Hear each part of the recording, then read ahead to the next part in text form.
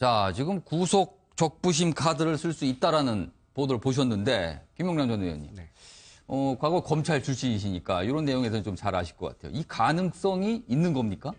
글쎄, 저 보도만 봐갖고는 이제 네. 소위 그 적부심을 뭐 검토하고 있다는 그 정보가 어디서 나왔는지 좀 잘 모르겠는데, 글쎄, 박근혜 전 대통령 변호인단이 그런 카드를 검토할 것 같지는 않은데요. 저게 누구 입에서 나온 얘기인지는 모르겠습니다만, 물론 구속적부심이라는 제도가 있습니다. 그러니까 구속이 과연 합당하냐를 놓고 한번 법원의 판단을 받아보는 건데, 지금 이게 사실은 어떻게 보면 이 뭐 분위기상 적부심을 신청한다는 거는 글쎄요. 그게 만약에 그런 얘기가 박근혜 전 대통령의 변호인단 측에서 나왔다면 뭐 기존의 헌법재판뿐만 아니라 이번에 검찰 수사 과정에서도 이제 변호인들의 역량에 대해서 여러 가지 의문이 제기된 바 있습니다만 뭐 법률적인 능력 외에 정무적인 그 감각은 완전 진짜 꽝이라고 봐야 되겠네요. 이게 또 한 번 이 박근혜 전 대통령 주변 변호인단의 약간 능력에 대한 의문을 일으키는 그런 문제가 되는 건가요? 실제로 저걸 뭐 변호인단에서 검토를 하고 있을지가 좀 의심스러울 정도의 상황이고, 글쎄요, 그렇게까지 지금 전례도 없을 뿐만 아니라 지금 적부심으로 해결될 수 있는 문제가 아니에요. 근데 만약에 진짜 적부심 신청을 하게 된다면 법원에서 지금 상황에서 법원이 이거를 받아들일 가능성에 대해서는 어떻게 보세요? 거의 뭐 없죠. 지금 그러니까 뭐 법률적으로 다퉈야 될 쟁점이 분명히 많은 것은 사실입니다. 뭐 특히 제3자 뇌물이나 뇌물 관련된 그 박근혜 전 대통령의 그 구속 사유 중에 법리적인 논쟁이 앞으로 치열하게 이루어질 수밖에 없는 부분이 많은 건 사실입니다만 그게 적부심의 형태로 해결될 문제는 전혀 아니라고 생각이 되고요. 앞으로 이제 그거는 재판을 통해서 될 것이고 적부심은 저는 글쎄요 뭐 그렇게 제가 백 변호사는 어떻게 보세요? 적부심이 받아들일 가능성은 제로입니다. 그냥 제로라고 말씀드려도 될 것 같아요. 두 분 다 전혀 없다라고 지금 왜냐하면 말씀하시네요. 이재용 부회장 때도 구속적부심 카드 꺼낼까 똑같은 기사 났었어요. 근데 안 했죠. 왜냐하면 실익이 전혀 없어요. 구속적부심이라는 걸 통상적으로 언제 하냐면 이런 사건 말고 이제 예를 들어서 죄송합니다. 박수현 대변인이 저를 심하게 때려가지고 제가 이제 막 사경을 헤매다가 이제 그것 때문에 구속이 되셨어요. 근데 그때까지 합의가 안 돼서 이제 구속이 됐단 말입니다. 근데 그 사이에 저랑 합의를 한 거예요. 그러니까 무언가 사정의 변경, 구속을 시키지 않아도 될 만한 사정의 변경이 있어야 구속적부심이 아주 예외적으로 받아들여지는 건데 지금 그날 구속된 날부터 지금까지 달라진 게 뭐가 있죠? 그러니까 그럼 영장실질심사 통해서 법원에서 판사가 이런 정도로 구속 필요성이 인정된다고 했는데 적부심을 담당하는 판사가 똑같은 사안을 놓고 다르게 판단하면 법원 자체가 모순이 빠지기 때문에 구속적부심이라는 건 이럴 때 신청하는 게 아니에요. 그러니까 신청 자체가. 또 지금 구속적부심을 저도 아까 김용남 의원님 말씀처럼 구속적부심 카드를 만약에 변호인단이 지금 고민하고 있다면 그거는 제가 보기에 법적으로 굉장히 잘못 판단하는. 그러니까 법률적으로 봤을 때 무슨 사정 변경이 발생한 것도 아닌데 구속적부심을 한다는 거는 약간 법률적으로 문제가 있다. 지금 양쪽. 아니요, 뭐 저는 조금 생각은 다릅니다만 법률적으로는 이제 구속 사유를 놓고 이게 법리적으로 맞지 않다. 예를 들어서 제3자 뇌물수수가 성립하기 어렵다라든지 뭐 뇌물죄 성립이 인정 안 된다를 놓고 다툴 수는 있어요. 뭐 그걸 다툴 수는 있는데 그걸 그 법원에서 전직 대통령에 대한 구속영장을 발부해 놓고 며칠 만에 맞다. 그 판단이 좀 구속 판단이 좀 잘못됐던 것 같다. 이렇게 그 번복할 가능성이 일단 거의 제로에 가깝고 그리고 이제 이거는 어떻게 보면 일반 형사사건이라기보다는 대형 뭐랄까요? 정치 사건인가요? 정치 사건 내지는 시류와 상당히 관련이 있는 거기 때문에 뭐 그 좀 시류를 읽어야죠. 그러니까 실제 이 박근혜 전 대통령의 변호인단 측에서 이 구속적부심 카드를 들고 나올지 아닐지 한번 지켜보도록 하겠습니다. 검찰 수사 얘기를 조금 더 들어가 보죠. 지금까지 박근혜 전 대통령을 포함해서 최순실 게이트 관련해서 12명이 구속이 됐습니다. 그런데 여기서 한 가지 떠오르는 게 있는데 바로 우병우 전 민정수석입니다. 대통령 위에 있는 걸까요? 이 우병우 전 민정수석에 대한 수사는 검찰이 수사를 하고 있다지만 진척되지 않는다는 게 시중의 평가고 많은 분들이 지적을 하고 있고요. 그리고 특히나 2월에 끝난 박영수 특검이 우병우에 대한 수사는 검찰이 영장 청구하면 100% 구속이다라고까지 얘기했는데 지금까지도 어떤 조치는 이루어지고 않고 있습니다. 박수현 전 의원님, 이 문제를 검찰 수사 못하는 겁니까? 안 하는 겁니까? 안 한다고 봐야죠. 안 한다. 일단 뭐 하고는 있겠지만 본격적으로 공개는 안 하는 것 같은데 아마 그 우병우 수석이 이 대통령의 탄핵과 구속에서 잠깐만요. 여기서 저희가 그 박수현 전 의원님께서 말씀을 하시고 나머지 분들은 제가 판례를 쓰는 질문 하나 드릴게요. 우병우 전 수석에 대한 검찰 수사가 진척이 없는 이유가 무엇일까? 그거를 머릿속에 생각나시는 대로 한번 써주세요. 그리고 나서 그 판례를 보면서 얘기하겠습니다. 네, 박수현 의원님 말씀하시고요. 저도 여기다 판례를 쓴다고 그러면 아마 그 무림 고수 이렇게 썼을 것 같습니다. 무림 고수. 그렇습니다. 이게 우병우 수석이 사실 법꾸라지니 뭐 이런 별명을 얻었을 만큼 굉장히 그 법에 조예가 깊고 전문가 아니겠습니까? 근데 사실은 박근혜 대통령의 탄핵과 구속에 이르는 이런 현재의 사태를 보면 굉장히 중요한 것이 이런 것입니다. 메르스나 세월호 같은 그런 사태에서 신뢰를 서서히 잃기 시작한 것. 가랑비에 옷 젖는다고 사실은 박근혜 대통령이 국민들 사이에 서서히 신뢰를 잃어온 것입니다. 거기에 최순실 국정농단 사태가 마지막 활용 점정을 찍은 것인데 결과적으로 그 과정에서 보면 그 최순실이 국정농단이라고 하는 사태에 보면 우병우 수석은 이석수 특별감찰관의 경찰 수사 의뢰를 막으면서 사실은 여기에 굉장히 그 국정농단을 묵인했거나 방해한 이런 혐의가 있는 것 아니겠습니까? 이 대통령이 탄핵돼 구속되는데 가장 중요한 역할을 한 것이라고 봐야죠.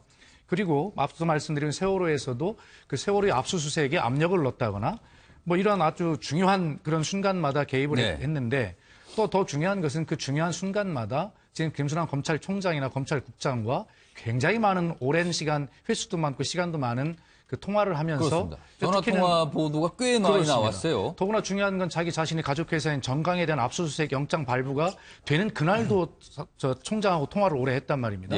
자, 그렇게 보면 사실은 자신이 법률적 지식을 활용해서 또 지위를 활용해서 중요한 이 순간 고비마다 자신이 방어막을 쳐온 것인데 지금 사실은 검찰도 특검도 왜 이런 것들을 본격적으로 안 하냐면 대통령은 최고 정점에 대통령 구속까지 시켰는데 결과적으로 한 번에 해서 이걸 구속에 성공을 해야 되는데 못하면 사실 굉장히 타격을 입거든요. 그런데 그 무림 고수인 우병우에 대한 만반의 준비와 모든 준비를 해서 마지막에 한 번에 구속을 시키려고 하는 그러한 전략이다. 지금 울며 겨자 먹기식으로 사실은 검찰이나 특검이 무능한 거 아니냐 비판을 받으면서도 이 어려운 대상자를 한 번에 구속시키는 성공하기 위해서 많은 것들을 지금 참고 인내하면서 사실은 많은 것들을 쌓아놓고 있다. 저는 그렇게 봅니다. 그러니까 대통령을 구속시키는 것보다 더 어렵다. 네, 그렇게 보고 있습니다. 이렇게까지 판단을 하신 거네요.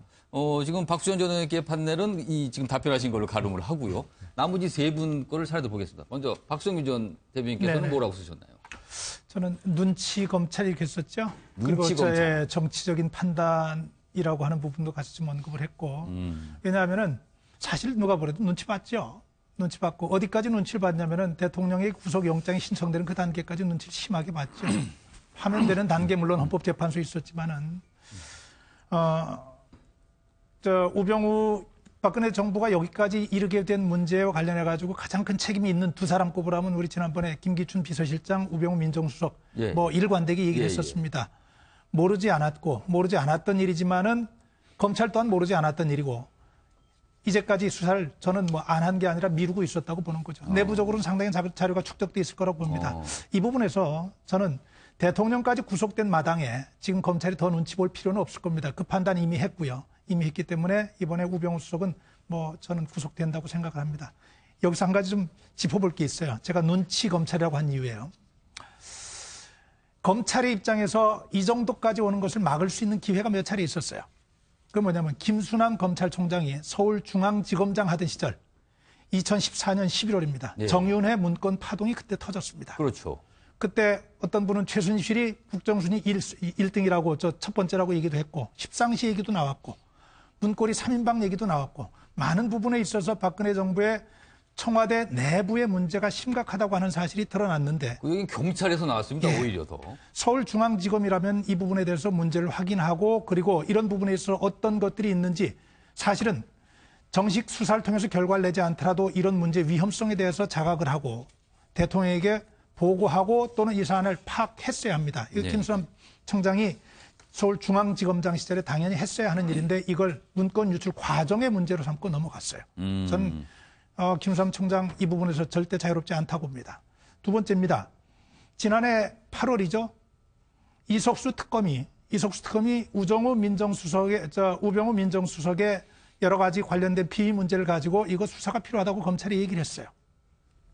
얘기를 했는데 그 과정에서 검찰이 우병우 수석에 대한 조사를 들어가지 않고 오히려 이 부분 관련해서도 이석수 특검의 문제를 제기하는 쪽으로 결론이 나는 것을 지켜봤습니다.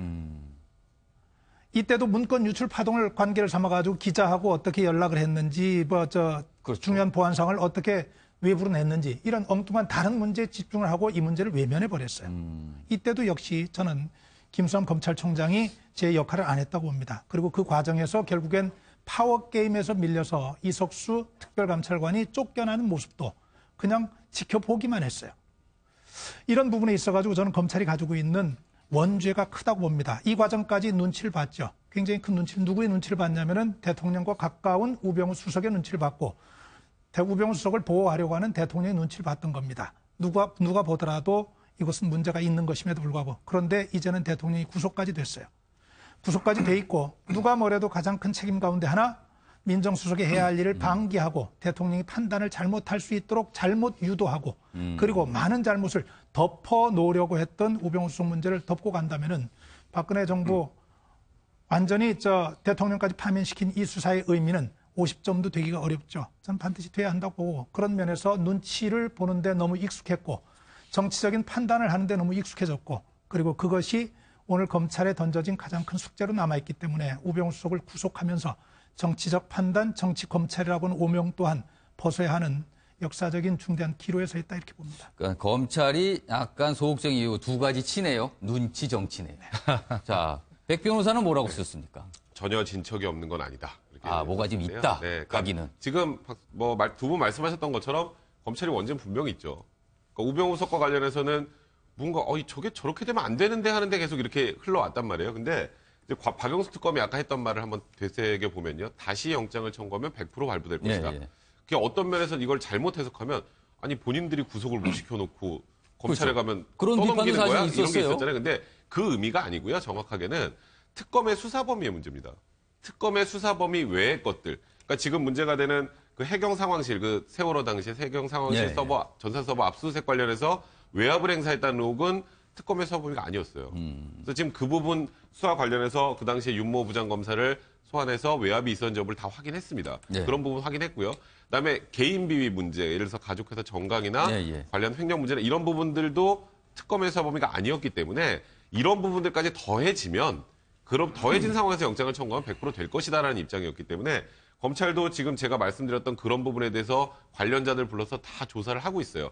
근데 왜 이렇게 우병우 수석을 안 부르느냐 이 생각을 하실 텐데 우병우 수석은 이번에 불러서 영장을 청구했다 기각이 되면 검찰 전체가 흔들립니다. 그래서 정말 모든 것을 빠져나갈 수 없는, 그러니까 법꾸라지라는 표현을 쓰였는데 법꾸라지도 못 빠져나갈 정도로 촘촘히 그물을 짜야 소환이 가능한 거고 그래야 영장이 청구가 되는 거기 때문에 물론 저도 검찰이 원죄에서 자유로울 수 없으니 비판받아야 되는 건 마땅하다고 생각합니다. 과거에 김수남 검찰총장과의 통화 내역이나 이런 것들만 봐도.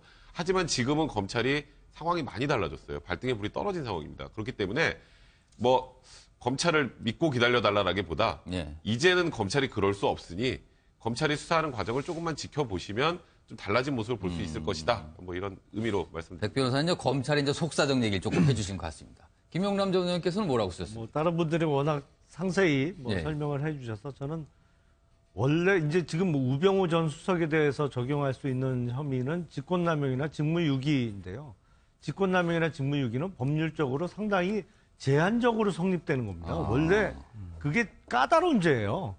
그 직권남용을 예를 들어 말씀드리면 직권남용이라는 게 권한을 남용하여 의무 없는 일을 하게 하거나 했을 때 성립하는 죄인데 기본적으로 어떤 국가 권력이라는 것은 강제력을 전제로 하는 것이거든요. 그러니까 그게 한두 끝도 없이 확장될 수 있는 죄가 아니고 상당히 제한된 상황에서 지극히 조심스럽게 인정돼야 되는 죄입니다. 그래서 원래 법리적으로 직권남용이나 직무유기는 그 성립이 쉽지 않은 죄인데 그런 측면에서 보면은 다른 지금 구속된 이 피의자들은 사실 강요죄라든가 뭐 이런 게 들어가 있는데 우병우 전 수석에는 그런 혐의는 없네요. 사실 강요라는 혐의는. 근데 뭐 지금 이 사건 뭐 수사를 통해서 직권남용의 범위가 많이 확대됐죠. 기존에 그 인정되었던 제한된 범위가 좀 넓어지는 경향이 있는데 그런 일단은 법리적으로 좀 어려운 죄라는 측면이 있고 두 번째는 청와대 민정수석이라는 자리가 검찰하고 사실은 뭐랄까요 뗄래야 뗄 수 없는 자리거든요. 뭐 너무 잘 알고 있는 거예요 사정을. 뭐 그건 우병우 전 수석의 문제뿐만 아니라 역대 청와대 어느 민정수석도 검찰의 속사정 또 뭐 어떤 인사 이동이 있을 때마다의 그 뒷이야기를 누구보다도 잘 알 수밖에 없는 자리입니다. 그리고 큰 수사, 뭐 일거수일투족까지는 아니겠지만 이 흐름을 결정하거나 아니면 그 과정에 어떠한 일이 있었는지를 잘 알 수밖에 없는 처지이기 때문에 검찰 입장에서는 상당히 좀 민감한 문제가 될 수밖에 없죠. 뭐 이런저런 이유에서 지금까지 뭐 많은 국민들은 왜 안 들어가냐? 사실은 작년 여름부터 뭐 이런 얘기가 나왔었는데 어떻게 보면 저희 방송에 다룬 것도 제 기억에는 한 5-6번 되는 것 같습니다. 그렇죠. 예, 그런데 뭐 법리적인 문제 또 사실적인 문제로 인해서 어떻게 보면 가장 마지막에 이제 사법 처리가 되는 대상자가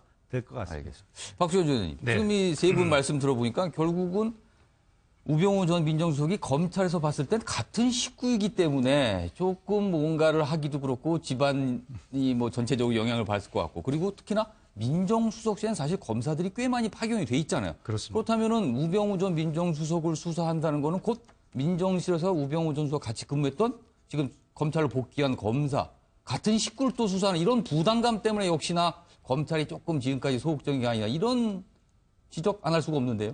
충분히 그런 합리적 의심을 받을 만하죠. 그렇기 때문에 우리 박성규 대변인이 설명하실 점을 그 많은 과정을 지금 거쳐온 거 아니겠습니까? 자, 그렇기 때문에 지금 우리 백성훈 변호사 조금 아까 지적하신 대로 이번 기회가 사실은 그러한 합리적 의심마저도 탈탈 털고 갈 수 있는 검찰이 명예를 회복할 수 있는 정말 기회다. 이런 말씀하셨는데 그렇게 봐야 되는 것이고요. 또 정치 눈치 중에서 아까 한 가지 빼놓은 것이 지금 대선이 다가오고 있는데 검찰로서 이게 큰 부담일 겁니다. 지금까지 이제 앵커 말씀하신 우병우 라인이라고 하는 것들이 워낙 뿌리 깊게 포진해 있어서 사실 굉장히 수사에 영향을 받을 수 있고 특검도 그런 측면들을 우려했기 때문에 굉장히 아마 한 번에 성공하는 것 이런 것들에 대해서 굉장히 좀 걱정을 많이 했을 겁니다. 그런데 어쨌든 정치 눈치 중에 나머지 하나 요번 남은 것이 이제 대선입니다. 대선 이후에 정권 교체가 반드시 뭐 될 것이다라고 하는 그런 뭐 여론들이 현재까지는 많은 것 같은데 검찰은 여기에서 한 번 더 그렇게 해서는 안 되지만 이제 정권 교체가 되면 어떻게 할까라고 하는 마지막 남은 눈치를 지금 보고 있는 중인 것 같습니다. 그러나 그렇게까지 제가 혹평하고 싶지는 않고 뭐 그런 것도 작용을 하겠지만 어쨌든 결론은 어쨌든 그럼에도 불구하고 지금까지 한 번에 정말 증명하고 잡기 위해서 쌓아왔던 많은 것들 촘촘하게 그물을 짜왔던 이런 것들을 마지막에 한번 투망 던지듯이 마지막 한번 잡는 단계가 남아있지 않겠나. 그런 것들을 통해서 검찰이 정말 권력의 시정이 아니라 어떤 국민의 어떤 공복으로 다시 서는 신뢰를 회복하는 그런 계기를 우병우 구속을 통해서 반드시 보여주기를 기대합니다. 알겠습니다. 지금 박수현 전 의원께서 말씀한 사이 자막으로 나간 것 중에 민정수석실에 근무했던 검사들 지금 검찰로 복귀했죠. 근데 그 검찰이 그 검사들에 대해서는 수사를 안 했다라고 지금 자막이 나오는데 일부 보도에 따르면 최근에 소환을 통해서 여러 가지 조사를 했다는 보도도 나오고 있습니다. 그러니까 그거는 시청자분께서 참고했으면 좋겠습니다. 지금 또 한 명 생각해 볼 사람이 있는데 태극기 집회 때 많은 분들이 항상 거론한 이름입니다. 바로 고용태입니다. 고용태에 대한 검찰의 수사가 하고 있기는 합니다. 피의자로서 여러 가지 고발 사건이 있는데 그런데 아무래도 수사가 소극적이라는 거는 분명히 짚고 넘어야 될 문제인데 이거는 김용남 전 의원께 좀 질문을 드릴게요. 검찰 수사가 역시 이것도 진척이 더뎌요. 여러 가지 이유가 있겠죠. 사실은 이제 검찰에서 애초에 수사를 할 때 뭐 특검도 마찬가지입니다만 고용태의 진술 아니면 고용태의 주변 인물들의 진술에 워낙 의존했던 바가 크기 때문에 일종의 수사 협조자라는 의미에서 그 고용태와 관련된 무슨 뭐 횡령이라든지 뭐 배임이라든지 이런 혐의에 대해서 수사에 소극적이었던 것이 사실입니다. 네. 이제 뭐 다른 편에서 고영태에 대한 수사를 촉구하는 목소리가 커지니까 이제 수사에 나서기는 했습니다만 기본적으로 글쎄요. 지금 전반적인 사정을 보면 고영태를 뭐 순수한 공익제보자로 보기는 좀 어려운 거 아닌가 싶습니다. 이제 기본적으로 공익제보자의 신분이라면 좀 보호를 해주는 게 맞겠지만 지금 밝혀진 뭐 녹취록의 내용이나 아니면 실제로 뭐 상당 부분을 관여를 했거든요. 그래서 그 회사 운영과 관련해서도 관여한 바가 나왔기 때문에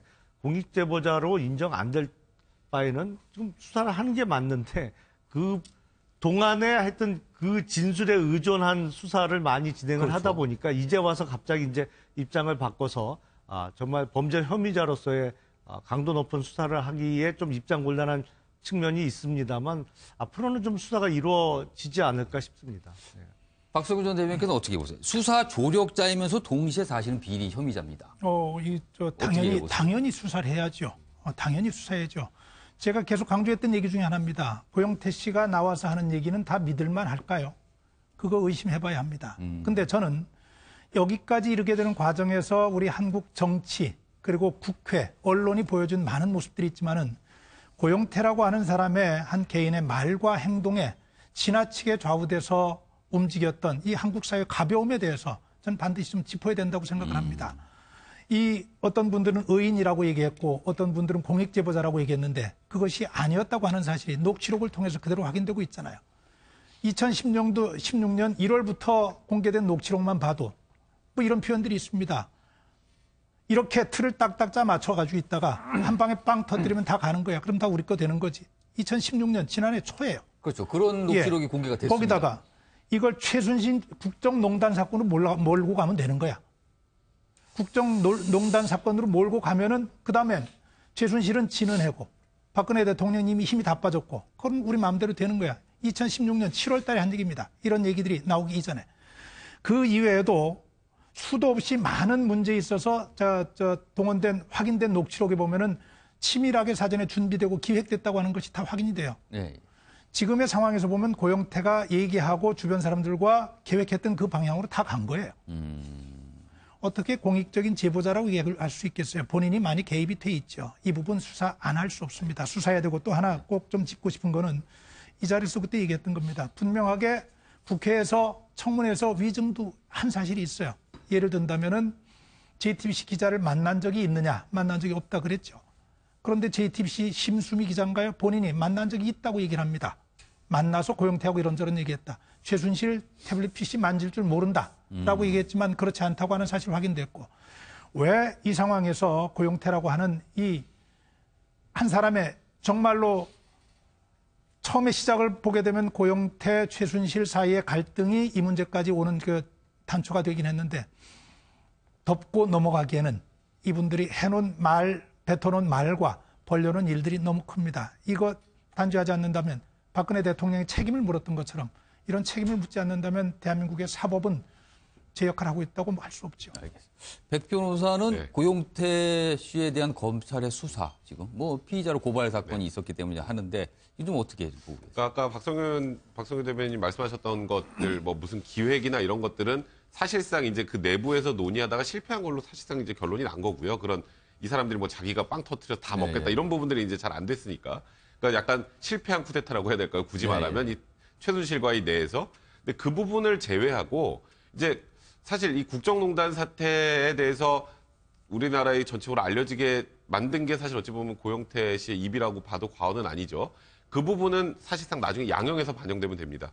그런 부분은. 그러니까 이거 말씀하셨던 것들 반드시 수사해야 되는 거고 지금 문제가 되는 거는 그런 부분들보다는 예를 들어서 인천세관장 임명하는 과정에서 인천세관장이 상품권을 수백만 원어치 줬는데 그걸 최순실에게 돌려주지 않고 자기가 일부 착복한 정황이 있다라는 거, 국세청장 인사에 개입한 의혹이 있다라는 거, 인사 개입 의혹이 이제 지금 도드라지게 드러나는 부분이고요. 지금 말씀하셨던 건 그런 부분에서 출발해서 나머지 부분도 혐의가 인정된다면 반드시 뭐 고영태 씨도 처벌은 돼야죠. 저도 제가 저번에 한번 고영태 씨가 뭐 양심적으로 막 뭐 이런 걸 다 하는 건 아니고 고영태 씨도 잘못한 건 분명히 많은데 지금 그 당시에 범죄 혐의가 명백하게 밝혀진 게 별로 없었다는 취지였는데 지금 조금씩 나오고 있어요. 나오고 있다면 그런 부분 조사해서 당연히 처벌받아야 되는 거고요. 처벌을 받을 때 다만 법원에서 양심적 뭐 고발자는 아닐지 몰라도 공익제보자는 아닐지 몰라도 이런 국정농단 사태 전반을 밝히게 해준 데 굉장히 큰 공을 세웠다면 양형에 반영이 좀 되는 겁니다. 그러니까 형량을 결정할 때 좀 그렇죠. 참작을 해주는 정도다. 참작해주는 사유로 하면 충분하기 때문에 처벌은 피해갈 수 없다. 저도 이렇게 생각을 합니다. 예. 박수현 전 의원께서. 네, 아니 저도 뭐 고영태 씨가 뭐 수사를 받고 조사를 받아서 받아야 된다라는데 뭐 충분히 동의하고요. 네. 다만 여기서 좀 우리가 분명히 했으면 좋겠는 것은 사실은 이 대한민국의 아픈 상처를 원인이 어땠든지 간에 네, 네. 이 판도라의 상자를 열은 사람이거든요. 뭐 그런 건 양형에 이제 반영을 해야 된다는 백성문 변호사의 말씀 참고가 되고요. 다만 제가 드리고 싶은 말씀은 자, 도둑이 둘이 있었습니다. 그런데 한 도둑이 마음이 변해서 저 도둑이 도둑질한 것을 갑자기 얘기하는 목격자가 됐어요. 네, 예. 자, 도둑이 목격자라고 해서 다른 도둑이 도둑질한 것이 없어지는 사실이 아니거든요. 그렇기 때문에 처벌할 건 처벌하는 대로 하더라도 도둑질을 했다는 그 본질 자체에 대해서는 흔들림이 없어야 된다. 또 지금까지 이 막대한 대한민국의 상처를 치르면서 지금 이제 사법 절차를 진행하고 있는데 아마 공소유지라고 하는 게 굉장히 중요한 아마 요인이 될 텐데 이 고영태 씨라고 하는 사람이 저는 잘 법을 모르니까 이런 과정에서 공소유지 과정에서 아마 중요한 그런 어떤 아직도 역할이 남아있는 것은 아닌가라고 하는 그런 뭐 생각을 해봅니다. 그런 측면에서 다 여러 가지를 고려해서 뭐 처리할 건 처리하더라도 뭐 지금 제가 말씀드린 본질이 흔들리지는 않아야 된다는 것 그리고 공소유지에 필요한 어떤 필요성은 어떤지 이런 것도 한번 같이 따져봐야 된다 이런 생각을 하게 됩니다. 지금 뭐 고영태 씨에 대해서 다루는데 또 한 명 다룰 분인데 이 얘기도 잘 안 나오는 것 같아요. 바로 이승철 전 전경련 부회장입니다. 엄격히 말하면 청와대와 대기업 사이에 있으면서 미르재단 그리고 K스포츠재단을 만드는데 관여한 인물이었거든요. 그러나 검찰 수사는 글쎄요. 제가 여기까지 나오는 보도를 보면 진척이 되고 있지 않은 걸로 알고 있는데 먼저 저희가 준비한 영상이 있는데 지난해 국회 청문회 당시 이승철 전 전경련 부회장이 국회에서 한 발언들 그리고 모습들이 있습니다. 한번 보겠습니다. 어쨌든 최근에 일어난 이런 일련의 일들로 인해서 사실 여부를 떠나서 무리가 일어나는 거에 대해서는 국민 여러분께 송구하다는 말씀을 드립니다. 지금 답변을 해주세요. 예. 그것은 본인이 개인적으로 뭐 서신 발표를 하든지 하시고 네. 어디서 이런 아이디어를 냈습니까? 그다음에 요 구체적인 질문에 대해서는 검찰 수사가 진행 중인 사건으로 인해서 이 자리에 답변드리기 어렵다는 점을 말씀드리고자 합니다. 뭐 수사 중인 사건이 돼서 국장문제 하면서 말씀드리기 어렵다는 점을 예, 다시 한번 오늘 그 답변을 몇 번 하는지 봅시다. 뭐 최초의 제안자가 누굽니까? 하여튼 뭐 수사 중인 사건이 돼서 뭐로 나왔어요? 그러면 수사 중인 사안이면 뭐로 나오지 말아야지 그러면. 자, 지금 영상을 보셨는데 사실 이승철 전 전경련 부회장과 관련해서 전경련이 압수수색도 받았고요. 여러 가지 일이 있었는데 그 이후에는 별다른 검찰 수사 얘기는 들리지 않고 있습니다. 백 변호사. 네. 수사는 어떻게 된 거고 지금 상황은 어떻게 된 겁니까? 이승철 전 부회장 같은 경우는 뭐 사실상 수사를 안 한다고 보시면 될 것 같고요. 그냥 안 하고 넘어갈 가능성이 훨씬 큽니다. 왜냐하면 최초에 지금 조금 전에 보셨지만 뭐 이거 수사 중인 사건이라 밝힐 수 없다로 시작해서 네, 또 이거는 기업 주도로 해서 이루어진 거다라고 이제 허위 진술을 많이 했었죠. 그럼 그게 당연히 이제 위증이 돼야 되는 거 아니냐라고 얘기를 그러니까 하시는데 위증 논란도 꽤 있었어요. 결국 나중에 근데 이제 본인이 다 진술을 이제 번복을 했죠. 그러니까 원래대로 진술을 다 번복한 상황이기 때문에 물론 뭐 엄밀하게 따지면 이 상황에서 위증한 부분은 처벌할 수도 있는데 네. 이 나머지 그 이후에 했던 여러 가지 진술을 종합해 보면 현실적으로 수사 필요성이 없다라고 판단한 것 같습니다. 아, 그럼 검찰 수사에 협조했다는 건가요? 그러니까 협조가 아니라 이제 완전히 말 그대로 그 다음에 진실을 얘기하기 시작을 했으니까 위증죄를 예를 들어서 일관되게 계속 거짓말을 했다면 검찰도 당연히 특검에서도 마찬가지고 당연히 입건을 해서 기소를 했을 텐데 그런 부분을 감안해서 이제 아예 이제 참고인 조사로만 뭐 진행을 하면서 이제 사실상 종료를 한 게 아닌가 생각됩니다. 아, 그럼 지금 상태로는 검찰에서 뭐 할 여지가 없는 네, 건가요? 그렇습니다. 김용남 전 의원께서는 어떻게 보셨어요? 이승철 전 부회장에 대해서는 혐의가 약간 애매합니다. 왜냐하면 K스포츠재단이나 미르재단과 관련해서 지금 뭐 검찰의 공소장이 지금 정리가 안 됐습니다만 이게 직권남용과 강요인지 아니면 뭐 제3자 뇌물인지 뭐 둘 중에 하나로 정리가 돼야 되겠습니다만 직권남용과 강요로 구성을 한다고 해도 뭐 정경련 부회장이 직권남용을 할 위치도 아니고 그런 좀 애매함이 있고요. 제3자 뇌물수수 같은 경우에도 이게 어떤 뇌물의 전달자로 볼 수 있느냐 과연. 정경련을 거쳐서 간 거는 틀림없습니다만 이게 뭐 이승철 전 부회장이 돈을 날른 것도 아니고 그냥 계좌상으로만 거쳐간 측면이 있기 때문에 이 혐의 내용 자체가 좀 애매한 측면이 있다. 물론 그 국회 청문회에서의 위증 부분, 뭐 기업들이 자발적으로 냈느냐 안 냈느냐에 대한 위증 부분이 있습니다만 그것은 뭐 변소하기에 따라서는 변명을 하자면 기존에 이루어졌던 대기업들의 어떤 모금 행위와 비슷한 양태였다라고 그런 취지에서 뭐 그렇게 답변한 거다라고 할 경우에 만약에 변호인이 저라면 그렇게 조언하겠어요. 근데 그럴 경우에 또 혐의 입증이 그렇게 만만치는 않거든요. 그러니까 굉장히 좀 떠들썩하게 주목을 받던 인물이 하지만 막상 검찰 수사하려니까 이렇다 할 혐의 적용할 게 없다라는 이런 얘기를 지금 말씀 나오시네요. 그렇군요. 저희가 지금 검찰 수사 상황을 쭉 진행하고 있는데 이 검찰 수사 관련된 정치권 얘기를 한번 넘어가 보죠. 박근혜 전 대통령이 구속이 되면서 그 구속 당일부터 지금까지 정치권에 특히 대선판에는 어떤 영향을 미칠 것인가에 대한 주목이 굉장히 많이 있었습니다. 과연 이게 보수 결집 현상을 끌고 올 것인지 아니면 별다른 영향이 없을 것인지 뭐 많이 있었는데 지금 네 분 앞에 판넬이 준비되어 있는데 한번 써주시죠. 박근혜 전 대통령의 구속이 정치권 내지는 대선에 어떠한 영향을 줄 수 있을 것인가? 아니면 뭐 줄 수 없을 것인가? 줄 수 있다면 어떠한 영향이 있을 것인가? 좀 자유롭게 써주시죠. 뭐 일부에서는 박근혜 전 대통령을 지지하는 그 지지층을 우리가 콘크리트 지지층으로 통상 불렀는데 그 콘크리트 지지층이 무너진 상태에서 다시 뭔가 접착제 역할을 할 것이다라는 이런 전망도 있고 아니면 한간에서는 그저 찻잔 속의 태풍에 불과하기 때문에 반짝했다가 별다른 영향이 없이 특히나 대선판에는 별다른 영향이 미치지 못하고 그냥 사그러들 것이다. 뭐 이런 여러 가지 전망들이 나오고 있습니다. 먼저 준비된 순서대로 보겠습니다. 박수현 전 의원께서 먼저 거셨는데 어떤 걸 쓰셨어요? 저는 뭐 영향을 줄 수 없다. 그리고 괄호에 홍준표 후보 이렇게 썼는데 얘가 뭐냐면 홍준표 후보는 아시다시피 친박에 대해서 뭐 양박이다 이렇게 표현하는 대표적 비박 중에 하나 아니겠습니까? 그렇죠. 그런데 이번에 그 홍준표 후보가 어찌 됐건 자유한국당의 대통령 후보로 선출이 됐습니다. 자, 이런 걸 보면 지금 예를 들어서 이 박근혜 대통령의 탄핵과 구속이 이 보수 결집이라고 하는 친박 결집이라고 하는 쪽으로 뭉친다면 홍준표 후보가 저는 대통령 후보가 돼서는 안 되는 것 아니냐 이런 생각을 가지고 있었거든요. 친박이 아니니까. 그렇습니다.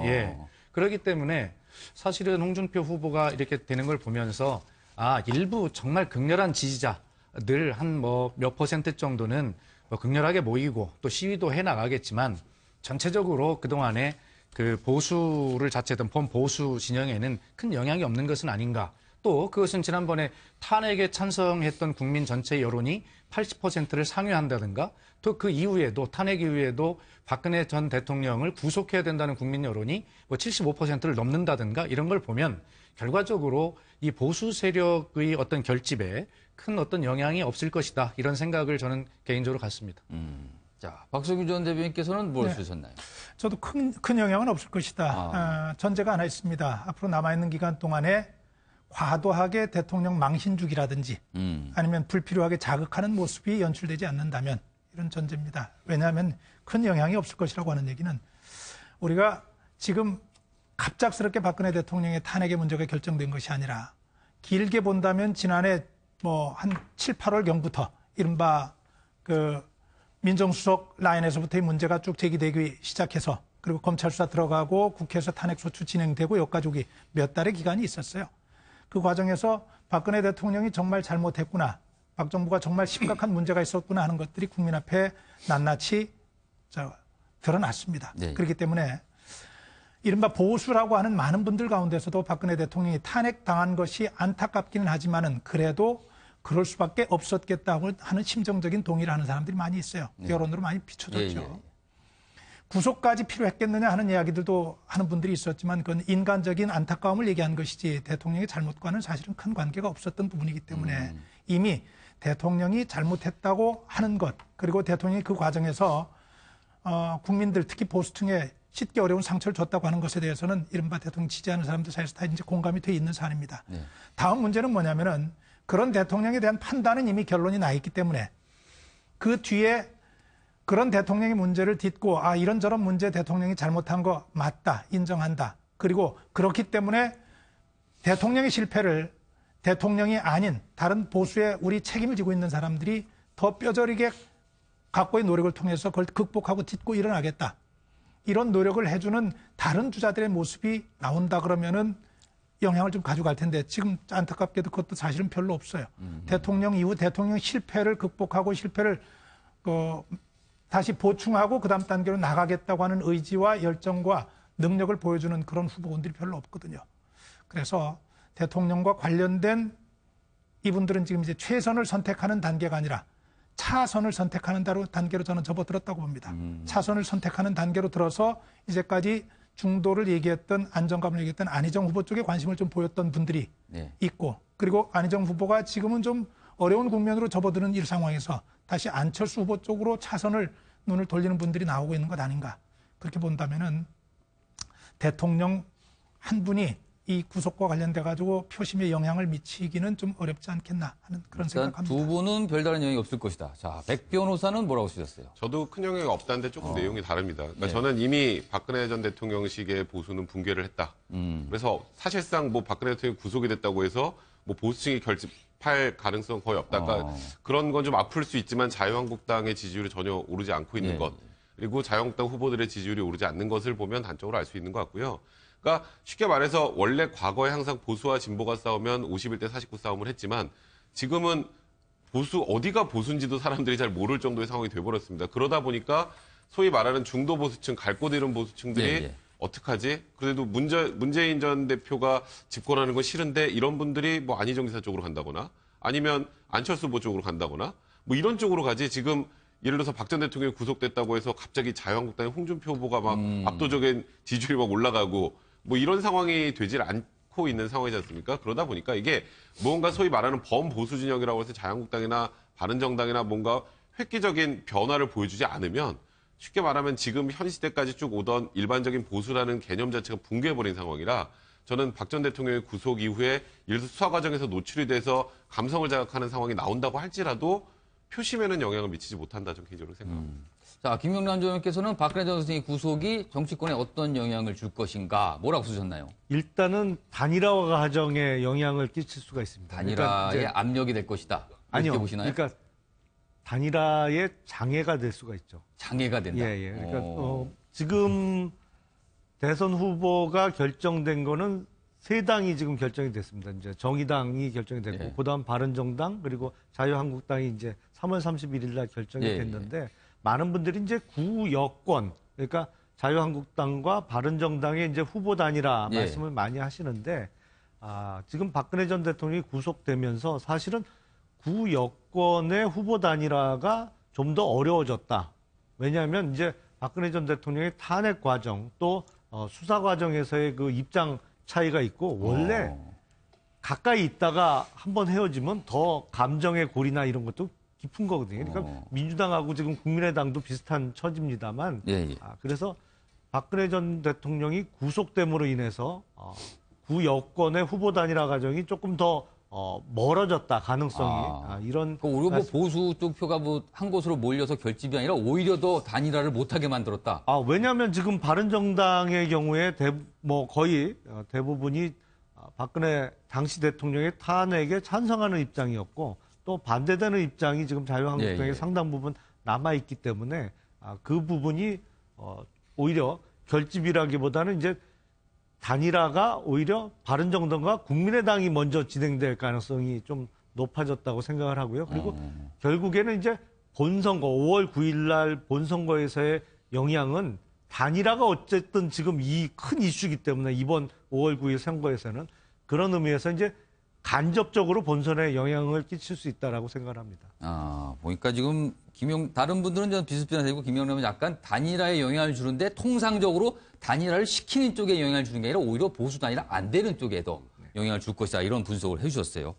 그래서 그런지 단일화 얘기를 꺼내는 홍준표 경남지사 그리고 유승민 바른정당 의원 두 사람의 설전이 꽤 치열하게 벌어지고 있는데 이런 상태에서 두 사람이 손을 잡을 수 있을까 하는 의문까지 들 정도로 이 각이선 발언들을 하고 있거든요. 저희가 두 사람의 영상을 연속해서 준비했는데 들어보겠습니다. 문재인 후보인데 왜 나를 자꾸 시비를 거냐 이게. 유승민 후보가 자꾸 그러면 2012년도 대선 때 이정희 의원 역할밖에 안 돼요. 이정희 후보는 오히려 홍준표 지사하고 가깝죠. 왜냐하면 선거를 굉장히 혼란하게 만든 후보 아닙니까? 그런 진박 세력들의 등에 업혀서 지금 자유한국당 후보가 되고 대통령에 출마하겠다 이런 거기 때문에 갈수록 뭐 그런 당, 그런 후보하고 단일화니 뭐니 이런 거는 갈수록 가능성이 멀어지는 거 아닌가. 자, 지금 두 사람의 반응을 보면은 뭐 범보수 진영 단일화 얘기하는 게 좀 우스워 보이네요. 저 정도까지 말을 하고 있어요. 그리고 서로를 향해서 당신이 이정희 전 의원과 똑같다라고 지금 손가락질을 하고 있는데, 자, 박성규 전 대변인께서는 저 두 사람의 상태가 저 지경에 이르렀는데 둘 다 이정희 전 의원이라고 지금 저를 비난을 하고 있어요. 어떻게 보세요? 하필 비교해도 왜 또 이정희하고 비교를 할까요? 이거 듣고 있는 혹시라도 이정희 전 의원께서 듣고 계시면 굉장히 불쾌할 수도 있을 것 같기도 합니다. 불쾌할까요? 저는 기분 좋을 것 같은데. 아, 그런가요? 아니, 두 분은 어떤 면으로 보나 이정희 후보하고는 비교할 수 없을 정도의 자질과 능력을 갖춘 분들이죠. 역할을 얘기할지 모르지만은. 근데 저는 역설적으로 저렇게 두 분이 서로 날쌘 어떤 그 말 싸움을 주고받는 것이 오히려 단일화의 가능성을 높여준다는 징표 아닌가 저는 그렇게 봅니다. 우리 흔히 그런 얘기 하잖아요. 해 뜨기 전에 그 어둠이 훨씬 더 짙다는 얘기들도 하는데 바른정당도 그렇고 홍준표 후보도 그렇고 유승민 후보도 그렇고 자기들끼리 안 된다는 건 너무 잘 알아요. 그리고 지지 기반이 똑같다는 건 너무 잘 알아요. 네. 그리고 똑같이 갈라지는 계기가 박근혜 대통령의 실정에서 비롯됐다는 것도 인식도 다 똑같이 하고 있어요. 두 분은 제가 볼 때는 합칠 수 있는 가능성이 높고 또 합쳐야 된다고 보는 단 하나가 있습니다. 뭐냐면은 대통령이 탄핵돼서 구속까지 된 마당에 얼마 전까지 새누리당의 자유한국당의 후보로 나왔던 분들 중에 마지막까지 남았던 네 분 중에 홍준표 지사를 제외하고는 나머지 세 분이 박근혜 대통령과 또 가까운 입장을 천명했던 분들이에요. 그분들이 이제 국민과 당원들의 선택을 통해서 홍준표 후보로 결정이 된 이 마당이기 때문에 이 나머지 세 분들 친박 박근혜 대통령을 마지막까지 붙잡고 있었던 분들이 점잖게 조금 더 뒤로 멀찌감치 물러서 주는 것이 맞다고 봅니다. 그래서 이제는 대통령 잡고 갈 것이 아니라 이제는 그 정도의 인간적인 의리 보였고 그 정도까지 얘기를 했으면은 이제는 대통령 놔주고 대통령 거기서 잘못된 거 우리 정말 처절하게 반성한다. 그러나 맹렬하게 잘못한 거 극복하겠다고 하는 이 논의, 이 마음 가지고 합쳐서 가는 것이 맞다고 생각하고 저는 합칠 가능성이 높다고 봅니다. 지금 김용남 의원께서 지금 발언 기회를 요청하셨어요. 예, 그게 그 단일화 과정에서 보다 좀 현실적으로 좀 이 대선판을 들여다볼 필요가 있는데요. 문제는 뭐냐면 단일화라는 것은 A와 B 후보가 합쳐서 뭐 둘 중에 하나로 정해졌을 때 이제 소위 플러스 효과가 있어야 되죠. 그걸 기대를 하는 거죠. 그러니까 뭐 기존 다른 단일화에서 패배한 지지층을 흡수하면서 이제 지지율이 올라가는 효과를 보고 이제 단일화 과정을 하는 건데 지금 그 자유한국당 입장에서는 유승민 후보의 지지율이 매우 뭐 그렇다고 뭐 홍준표 후보가 월등히 높은 건 아닙니다만 유승민 후보의 지지율이 워낙 낮은 데다가 이게 단일화 과정에서 뭐 됐을 때 과연 그러면 기존에 유승민 후보를 지지하던 지지층이 이쪽으로 올 거냐? 근데 지금은 선택지가 많거든요. 그러니까 그 지지층이 뭐 안철수 후보한테 갈 수도 있고 뭐 다른 선택지가 많습니다. 그러니까 지금 아주 쉽게 말씀드리면 좀 남는 장사가 돼야 단일화를 할 필요성이 있는데 이게 과연 남을지 아니면 유승민 후보와의 단일화를 진행함으로 인해서 기존에 유승민 후보에게 강한 반감을 갖고 있던 자유한국당의 일부 지지층의 이탈이 더 염려가 될 수도 있는 상황이기 때문에 지금 뭐 실제로 그런 움직임도 있거든요. 그래서 이게 과연 플러스 효과인지 마이너스 효과만 있는 건지 뭐 확실하게 이 플러스 효과가 전혀 보장이 안 되기 때문에 이 보통 생각하시는 것만큼 자유한국당과 바른정당의 단일화가 사실은 그렇게 쉽게 이루어지거나 아니면 가능성은 저는 극히 낮다 이렇게 보고 있습니다. 저도 짧게만 좀 잠깐. 지금 김용남 전 의원께 말씀을 정리해 보면은 가게를 합쳤더니 오히려 매출액이 떨어졌다 이런 전망을 하셨어요.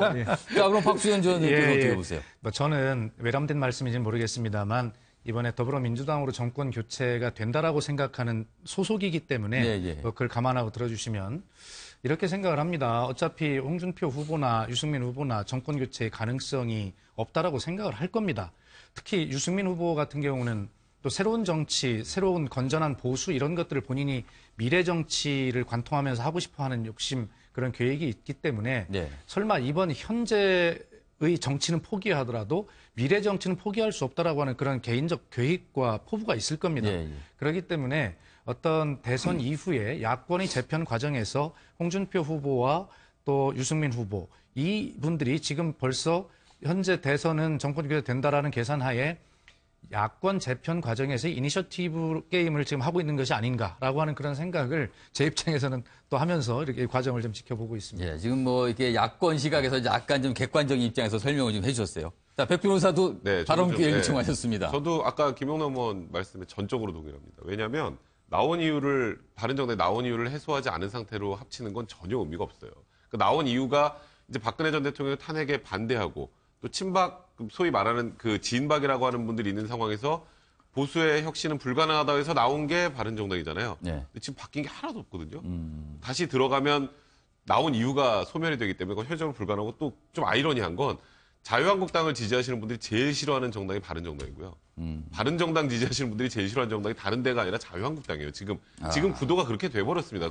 그렇기 때문에 말씀하셨던 것처럼 합쳐서 남는 장사를 해야 되는데 이쪽에선 여기 때문에 이탈하고 이쪽은 또 여기 때문에 이탈하는 그런 상황이 될 가능성이 많아서 저는 오히려 바른정당이 혹은 앞으로 이제 이 과정에서 단일화 과정을 거친다면 자유한국당 쪽이 아니라 국민당 쪽에 합칠 가능성이 오히려 거기는 같이 탄핵을 받았던 명분이라도 같기 때문에 그럴 가능성이 좀 더 높지 않을까 저는 개인적으로 그렇게 생각합니다. 자, 지금 이 범 여권 얘기하면서 이제 야당 얘기가 살짝 걸쳐서 나왔습니다. 그럼 야당 쪽으로 넘어가 보죠. 지금 저희가 지지율 한 10%, 합쳐서 한 10% 정도의 범 여권 얘기했는데 50% 넘는 야권 얘기로 주제를 옮겨보도록 하겠습니다.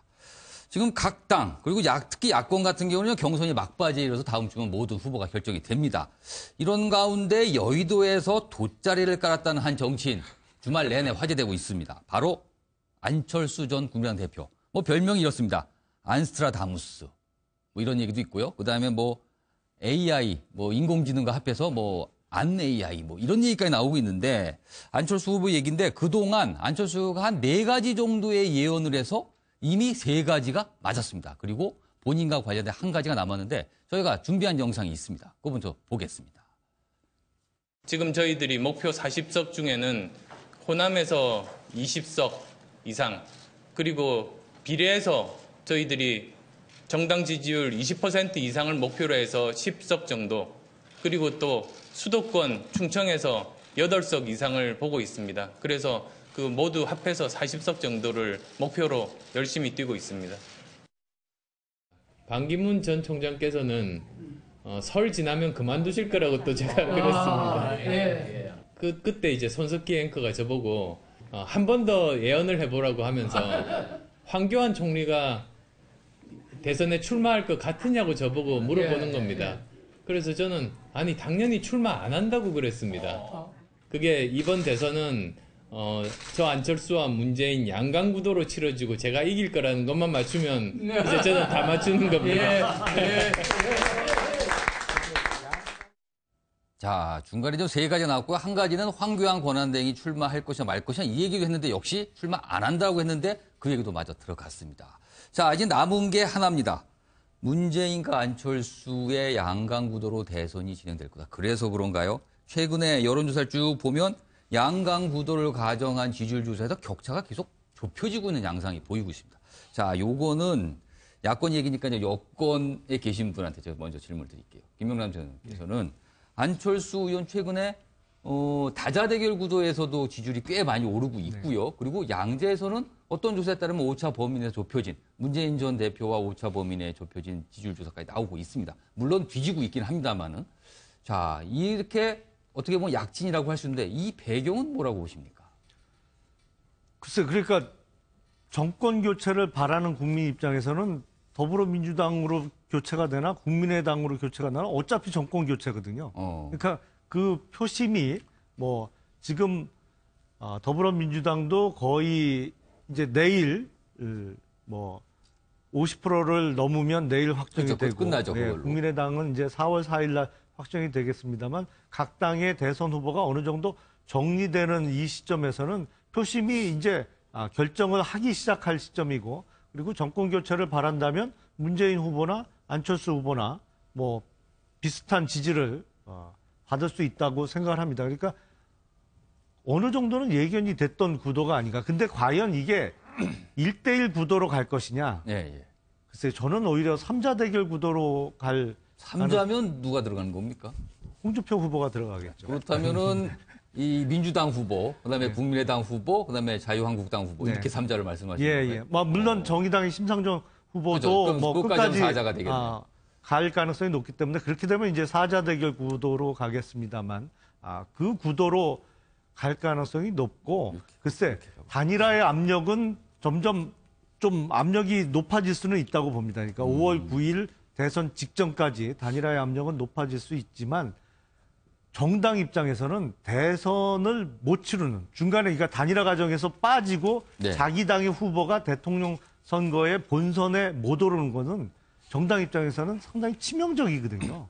앞으로의 그 결집력도 약화될 수밖에 없고요. 그래서 아마 심상정 의원을 포함한 4자 대결 구도로 갈 가능성이 매우 높지 않나 싶습니다. 박성규 전 의원께 이 질문을 드릴게요. 사실 이렇게 양자 구도에서는 뭐 오차 범위 내까지 지지율 조사가 나왔는데 엄격히 다자 대결, 지금 김연아 의원께서는 다자로 갈 거라는데 다자 대결 구도에서는 확실히 지지율이 1등하고 차이가 꽤 많이 나오고 있거든요. 네네. 그런데도 최근에 보면 안철수 전 대표는 단일화는 굉장히 부정적이면서 그러면서도 또 국민이 투표로 날 선택할 것이다라는 얘기를 해요.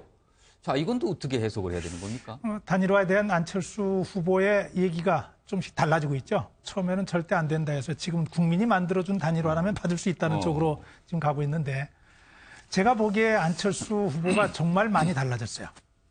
4년 전 그 안철수 후보하고는 뭐 저희 같은 사람인가 싶을 정도로 많이 달라졌는데 안철수 후보가 저렇게 많이 올라가는 이유를 전 두 가지로 봅니다. 본인이 안철수 다움을 보이는 데서 지금 얻고 있는 표가 굉장히 많습니다. 안철수 다움이 뭐였죠? 처음에 등장할 때 새누리당도 당시에 하는 짓 보면 마음에 안 들고 새정치민주당도 마음에 안 들고 이 양쪽 정말 자기들의 이익만 추구하는 정당들 이거 요즘 깨버려야 되겠다. 좀 새로운 세력이 없을까? 그때 등장한 것이 안철수라고 하는 인물이었는데 그 기대를 받았지만 결국엔 구정치 한 사람으로 같이 휩쓸려 들어가면서 무너졌잖아요. 구정치 한 사람으로 휩쓸렸다는 건 자기 다움을 잃어버렸다는 거거든요. 국민의 기대를 잃어버렸는데 지금 보세요. 안철수 후보가 본인이 얻고 있는 표 공학적인 단일화 연대 안 하겠다. 지난번 총선에서 그렇게 해가지고 누구도 예상 못했던 승리를 이뤄냈고 국민의당을 제3당으로 만들어냈어요.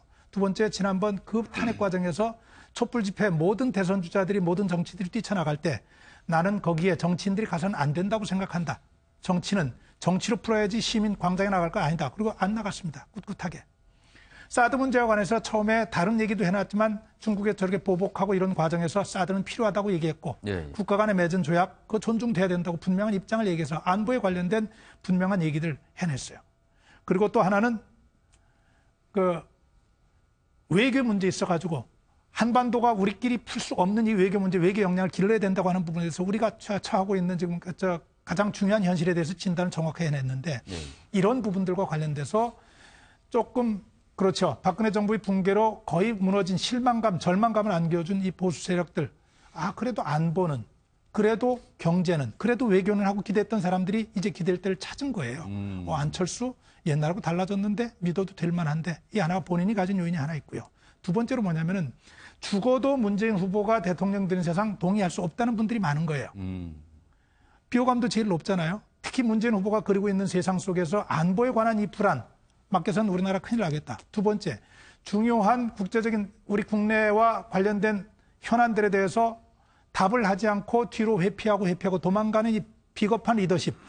저러다간 정말로 큰일 나겠는데 이 걱정이 문재인 후보와 관련돼서는 차선의 대책을 찾을 수밖에 없는 그런 상태로 가서 저는 안철수 후보가 지금 굉장히 좀 올라가고 있다고 보고 있는데 개인적으로는 아까 이제 유승민 후보하고 바른정당하고 홍준표 자유한국당 후보랑 단일화가 어려울 것 같다는 여러분들 얘기 있었지만은 이분들이 공통적으로 가지고 있는 공감이 있어요. 이번에 보수가 집권하기 어렵다는 건 다 알아요. 그러나 그분들이 하나 분명하게 목표로 삼고 있는 게 있어요. 괴멸된 보수를 재건하는 것이 본인들에게 맡겨진 역사적인 책무다.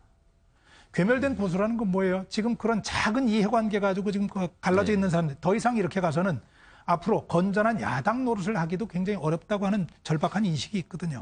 그 상황에서 안철수 후보가 뜨는 것을 정말 가슴 아프게 바라보죠.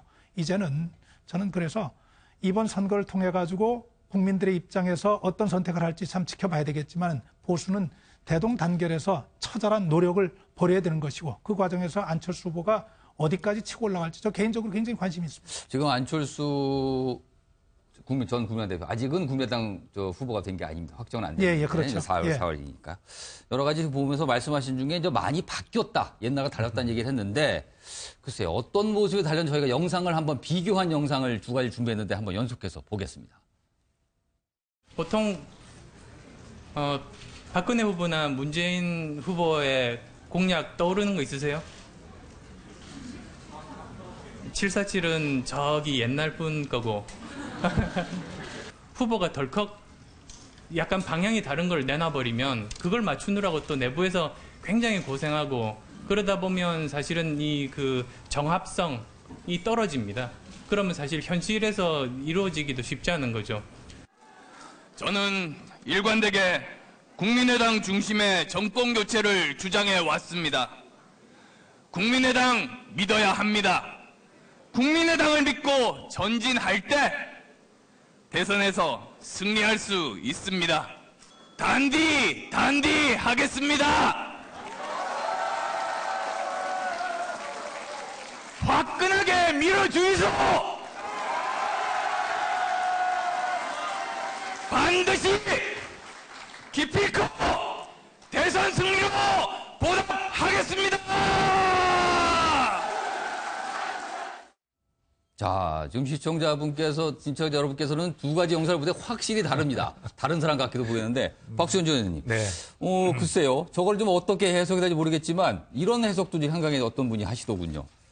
최근에 이제 중도 내지 보수 쪽에 좀 어필을 하기 위해서 그쪽이 선호하는 카리스마 있는 지도자의 모습. 그래서 최근 연설 과정에서 굉장히 강한 모습으로 의도적으로 하고 있다. 확실히 그런 것 같긴 한데, 이런 해석은 어떻게 보세요? 예, 뭐 당연히 올바른 해석인 것 같습니다. 사실은 아까 박성규 대변인께서 안철수 다움을 찾았다 하셨는데 제가 볼 때는 안철수답지 못한 것들을 해소한 것이죠. 역으로 얘기하면. 그 두 영상에서 보았습니다. 2012년에 굉장히 아주 가냘프고 여린 어떤 청소년 같은 그런 모습이었다면 지금은 장군이라고도 불리대요. 장군이라고 불리던데 아마 그렇게 본인이 많은 풍파를 겪은 그러면서 정권을 감당할 그런 어떤 여유와 능력이 나에게 생겼다라고 하는 것을 그런 연설 스타일과 목소리를 통해 상징적으로 보여주려고 하는 살짝 어색하게 되는 막 사투리도 섞어서 쓰고 많이 있어요. 어색하죠, 사실은. 많이 어색한데 그런 어쨌든 이번 대선판에 굉장히 재미를 주고 성공을 거두고 있는 것 같습니다.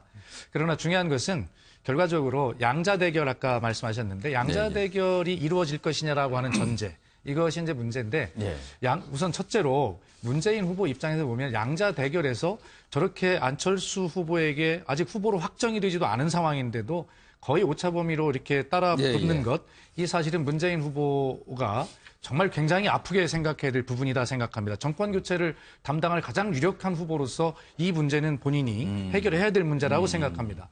다만 양자 대결이 될 거냐 안 될 거냐의 문제에서 저는 양자 대결 구도가 안 될 거라고 생각을 합니다. 다자로 간다. 예, 그렇습니다. 다자입니다. 왜 그러냐면 자유한국당의 홍준표 후보는 이 범보수의 어떤 종갓집이라고 하는 큰 자부심과 자존심이 있지 않겠습니까? 자기들 중심으로 대선 이후에도 이 범보수가 야권이 되든 이쪽에서 어떤 뭉치는 중심이 돼야 된다고 생각하는 소명이 있을 것이고요. 또 그 홍준표 후보라고 하는 개인 정치인으로 봐도 어쨌든 도지사로 하방했다가 이제 중앙경찰 올라왔는데 며칠 대선 후보가 끝날 것 같지는 않거든요. 차기의 어떤 자유한국당의 당 대표가 되거나 이런 과정들을 반드시 욕심이 있을 것이고 그 반면에 유승민 후보는 사실 아까도 말씀드렸지만 건전한 보수라고 하는 그런 명분을 통해서 끝까지 대선 이후에도 정치를 지속해 나가야 될 그런 미래 정치인이라는 책임이 자기에게 있거든요. 그렇다면 이번 대선에서 끝까지 완주하는 것이 중요하다. 정치 공학적으로 명분이 없는 어떤 그 이합 집산 이런 것들 아까 말씀하셔서 남는 것 없는 장사 이런 걸 하면서 결과 자기 정치적 미래를 포기할 바보가 없거든요. 또 심상정 후보 같은 경우는 이미 끝까지 가겠다는 걸 선언했을 뿐만이 아니라 그 나름대로 진보 정당으로서 어떤 역할이 분명히 있다고 느끼는 분들이거든요. 그렇기 때문에 저는 지금 와 있는 이 구도가 다자 구도로 끝까지 갈 것이다. 그렇기 때문에 안철수 후보가 선전을 하고 있는 건 틀림없지만 정권 교체의 어떤 담당자로서 역할을 하기에는 부족하지 않겠는가. 또 분명한 것은 정권 교체를 담당할 문재인 후보로서는 그렇게 양자구도에 따라잡히고 있는 본인의 어떤 확장성의 문제에 대해서는 분명하게 아프게 생각하고 그런 것들을 보강하려고 하는 노력을 해야 된다 이렇게 생각합니다. 이런 지금 상황에서 보면은 안철수 후보가 굉장히 지지율로 쭉 올라가고 있는 상황에서 민주당 쪽에서 좀 굉장히 신경이 쓰이나 봅니다. 여러 가지 견제한 말을 하고 있는데 이 와중에 논란이 하나 바로 터졌습니다. 안철수 전 대표가 사면, 그것도 박근혜 전 대통령과 관련된 사면 발언을 한 게 아주 논란거리가 됐는데 야권에서 아주 시끌시끌합니다. 저희가 준비한 영상이 있는데 그 발언부터 먼저 보겠습니다. 일각에서는 벌써 각 후보들이 만약에 대통령으로 당선이 되면 특별 사면 문제에 어떻게 대처할 거냐 좀 얘기가 나오거든요. 그 대통령이 사면 권한을 남용하지 않도록 위원회를 만들어서 국민들의 뜻을 모으고 투명하게 진행할 겁니다. 박 전 대통령 경우에도 그러면 사면 위에서 검토할 여지가 있다는 말씀이세요? 국민들의 요구가 있으면 그 위원회에서 다룰 내용입니다. 자, 저 발언 이후 기사도 참 많이 나오고 있고요. 야권에서 지적하는 논평, 그다음에 공격하는 발언도 꽤 많이 나오고 있습니다. 자, 백 변호사, 네. 저 발언 좀 어떻게 보셨어요? 저는 굉장히 계산된 발언이라고 생각이 들어요. 계산된 발언. 지금 안철수 후보가 어쨌건 계속 지지율이 좀 오르고 있죠. 네. 그리고 참 희한한 건 문재인 전 대표 같은 경우는 지금 사실상 민주당의 후보가 된 상황인데 만희정 지사나 이재명 지사의 지지율이 일로 흡수되는 것 같은 모양새를 그렇게 크게 보여주지 않고 있어요. 그렇죠. 그러니까 그러면 지금 구도 자체가 아까 말씀하셨던 것처럼 절대로 양자구도는 될 수 없지만 저는 실질적으로 양자구도는 될 수 있다고 생각해요. 숫자는 많이 나오지만 예를 들어서 문재인 전 대표에 대해서 반감을 갖고 있는 분들이 소위 밴드웨건 효과라고 하죠. 예를 들어서 안철수 후보의 지지율이 계속 오르면 그래도 사표를 만드는 건 안 되잖아. 그래도 문재인 전 대표가 대통령이 되면 안 되잖아라는 사람들이 뭉쳐서 실질적으로 1대1 구도를 만들 수 있거든요. 그럼 그게 아까 안철수 전 국민의당 대표가 말하는 국민들이 투표로 선택할 것이다. 저는 그 의미가 그런 거라고 생각을 하고요. 그리고 그런 조짐이 좀 많이 보이고 있는데 안철수 후보 같은 경우에는 가만 보면 약간 요즘에 완벽하게 우클릭을 하는데 조금씩 우클릭을 하고 있어요. 사실 당론은 아직도 국민의당 제가 알기로 사드 배치 반대거든요. 근데 안철수 후보는 지금 사드 배치와 관련해서 불가피성을 얘기를 하고 지금 어찌 보면 굉장히 예민한 부분입니다. 박근혜 전 대통령 아직 기소도 안 된 상황이에요. 기소해서 1심, 2심 그렇죠. 대법원 거쳐서 형이 확정되고 그 이후에야 논의될 만한 얘기가 이제 박근혜 전 대통령의 사면 얘기인데 굉장히 예민한 부분이죠. 근데 그것도 약간 한 발자국 떨어졌죠. 그것도 뭐 국민들의 요구가 있으면 그건 뭐 위원회에서 결정할 문제다. 그러니까 이것도 열어놨다는 거예요. 말 그대로. 그건 사실 또 박 전 대통령에 대해서 약간 또 불쌍한 감정이나 연민의 감정을 갖고 있는 또 유권자분도 굉장히 많으니까 그쪽도 약간 자극할 수 있는 부분이 있거든요. 그래서 저는 안희정 지사의 선의 발언보다는 선의 발언은 어찌 보면 굉장히 좀 돌발 발언이 돼서 진위와 다르게 해석이 되면서 굉장히 안희정 지사의 발목을 잡았는데 저는 안철수 후보의 이 지금 사면에 관련된 얘기는 저는 발목을 잡는 게 아니라 오히려 확장성을 더 넓혀줄 것 같다는 생각이 듭니다. 박지원 의원님께도 어떻게 보세요? 저게 사실은 저 발언이 안희정 충남지사의 그 박근혜 대통령 관련된 선의 발언하고 흡사 비슷하게 가요? 그리고 문재인 전 대표 진영에서도 굉장히 공격적으로 이걸 지적하는 걸 보면 약간 비슷한 경향이 같기도 합니다. 예, 어떤 정치인의 말이라고 하는 것이 어떤 결과로 규결될지 자기 어떤 원래 가지고 있는 뜻과 달리 굉장히 중요한 지점이라고 생각합니다. 안희정 지사의 선의 발언도 뭐 사실 그런 거였거든요. 현장에서는 그 관중들이 대중연설을 할 때 선의 발언을 역설적으로 비꼬아서 예를 들면서 듣는 청중들이 굉장히 웃고 박수를 치던 그런 부분이었는데 현장의 동영상이 아니라 텍스트로 글로만 기사로 옮겨놓으니 이게 뭐냐 이렇게 된 것이거든요. 자 그렇다 하더라도 안희정 지사는 억울하지만 거기에 대해 상처받은 국민이 있다면 사과드리게도 사과를 했습니다. 그러나 이미 지지율은 많이 떨어진 상태였죠. 자 안철수 후보의 저 발언 사실은 자 기자들이 그렇게 콕 찍어서 물었을 수 있습니다. 있으면 거기에 답변을 해야 되는데 아직도 안철수 후보가 이 폭풍이나 파장에 대해서 계산을 좀 잘 못한 것 같아요. 기자들이 그런 질문을 했다 하더라도 반드시 답변할 필요 없거든요. 다른 이야기 하면 되는 것인데 그런데 어쨌든 백성문 변호사의 말씀대로 기자들이 질문에 답변을 했다 하더라도 충분하게 표의 확장을 위해서 계산된 측면이 있다. 이렇게 오해받을 만합니다.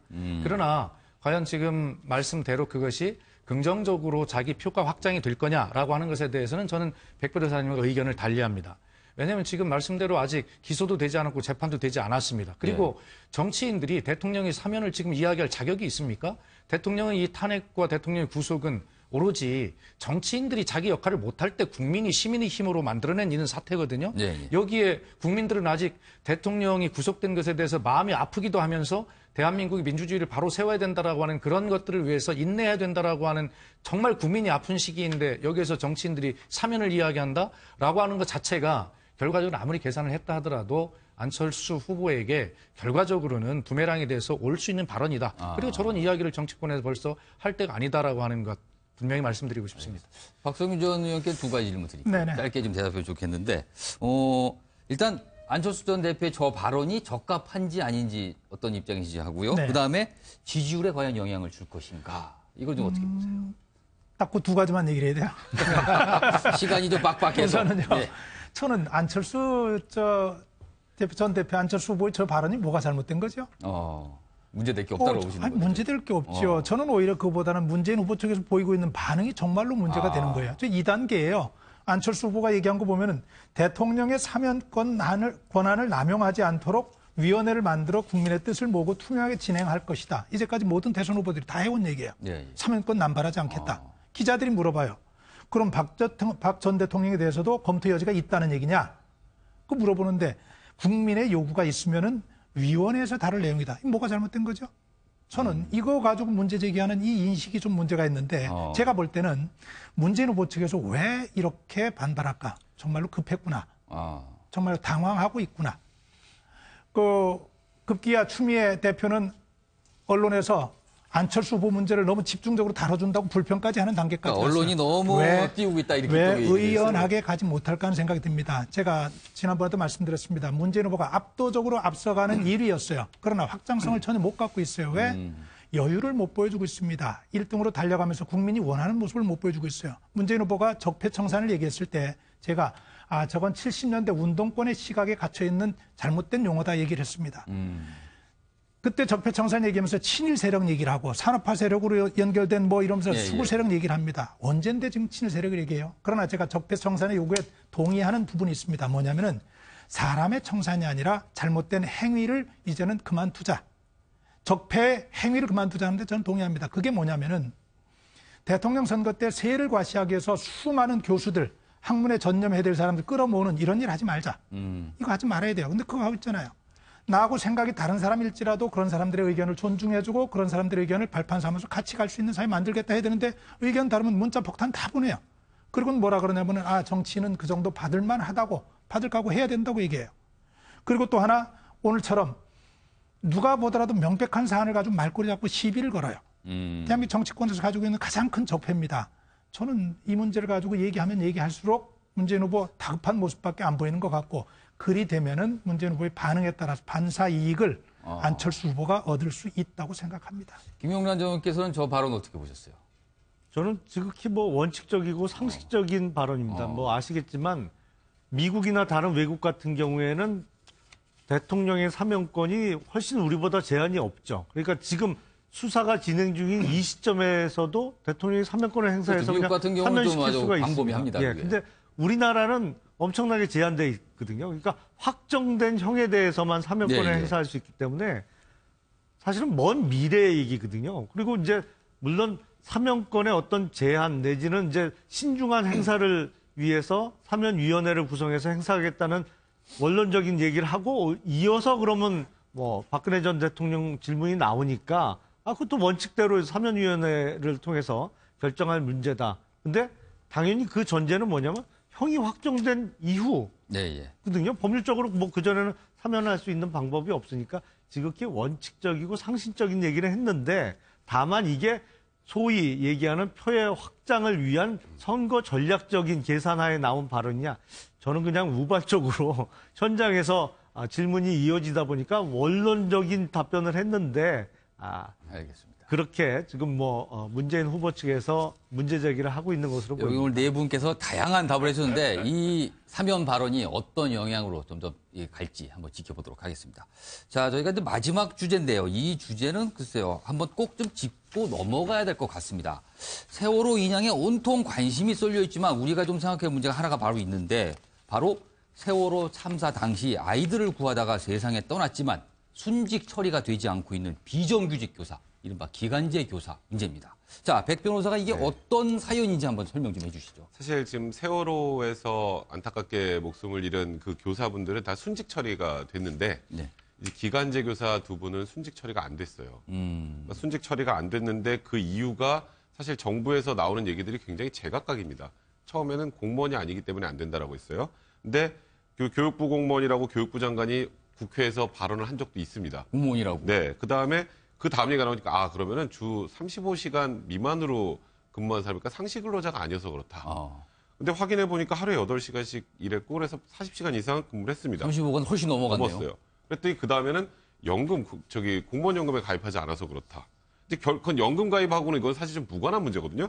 그런 방식으로 이제 계속 이제 얘기가 나왔는데 또 일각에서는 그러니까 뭐 정부 측 입장에서 보면 아니 저거 혹시 뭐 보상 문제 때문에 그러는 거 아니냐. 그러니까 이 확인을 해보니까 이게 말 그대로 지금 법적으로 보면 산업근로자라고 표현을 씁니다. 산업근로자. 공무원이 아니라는 전제하에 그러면 기간제 교사의 신분은 산업근로자입니까? 그러면은 그러니까 산업근로자로 임용이 돼서 임용 후에 학생들을 지도하는 것이다.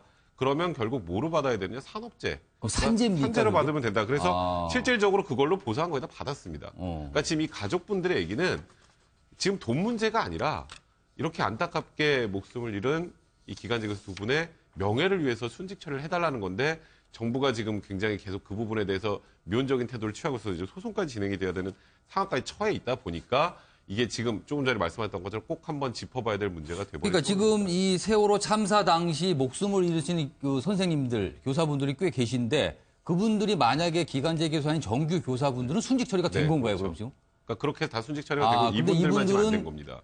정규가 아닌 비정규직 교사기 때문에 교원 대우를 못 해주고 순직 처리가 안 됐다. 대신에 산업 근로자니까 산재 처리만 받아라는 게 지금 정부의 입장인 거네요. 그래서 실질적으로 뭐 이 돈 배상 문제는 어느 정도 일단락이 된 상황입니다. 그거는 큰 차이가 없어요. 근데 명예의 문제가 그러니까 지금 이분들이 혹시라도 그런 부분을 오해하지 마시라라는 취지로 제가 말씀드리는 건데 돈 문제는 이미 해결된 문제가 건데 아니라 명예 문제다. 그러니까 순직으로 하게 되면 그 교사로서의 활동을 하다가 목숨을 잃었다라는 걸 인정을 받게 되는 그렇습니다. 거죠. 이거 굉장히 좀 민감하고 중요한 문제 같아요. 사실은 정규직 교사거나 비정규직 교사 아이들을 가르치는 거 그리고 아이들 입장이나 학부모 입장에서는 똑같은 교사였거든요. 그리고 더더구나 이런 참담한 사고 상황에서 아이들을 구하다가 목숨 잃었다는 여러 가지 얘기들이 나오고 있는 상황에서 이런 분들을 산업근로자라서 산재처를 해준다?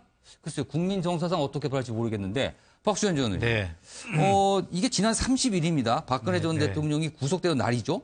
그때 당시 중앙지검 행정법원에서는 이 두 분의 교사, 이 비정규직 교사 두 분의 부모님들이 눈물을 흘리면서 아마 모습을 보였다고요. 예, 그 앞에서 아버님들이시죠. 두 분이 눈물을 흘리셨는데 하여튼 절묘하게도 박근혜 대통령이 구속되는 날 그 중앙지검 바로 옆에 있는 행정법원에서 이 그 공판 기일이 열리게 돼 있는데 정말 좀 아이러니한 일입니다. 그런데 이 두 분 선생님에 대한 사연은 우리가 너무 많이 알려져 있기 때문에 잘 알고 있습니다만 다시 한번 말씀을 드려보면 뭐 기간제 교사였지만 그날 당일 그 5층 객실에 그 학생들하고 같이 있는데 탈출이 가장 쉬운 곳이었다는 거 아니겠습니까? 그런데 두 분 선생님은 탈출이 어려운 4층으로 내려가서 그 고 김초롱 선생님 당시 26살이고 고 이지혜 선생님 당시 31살이셨습니다. 그런데 이분들이 학생들을 전부 조끼를 입혀서 내보내고 또 빨리 탈출하라고 소리치고 이러는 것들을 살아나온 생존 학생들이나 생존자들이 증언에 의해서 증명이 되고 있거든요. 이미 증언이 다 확보가 된 거군요. 그렇습니다.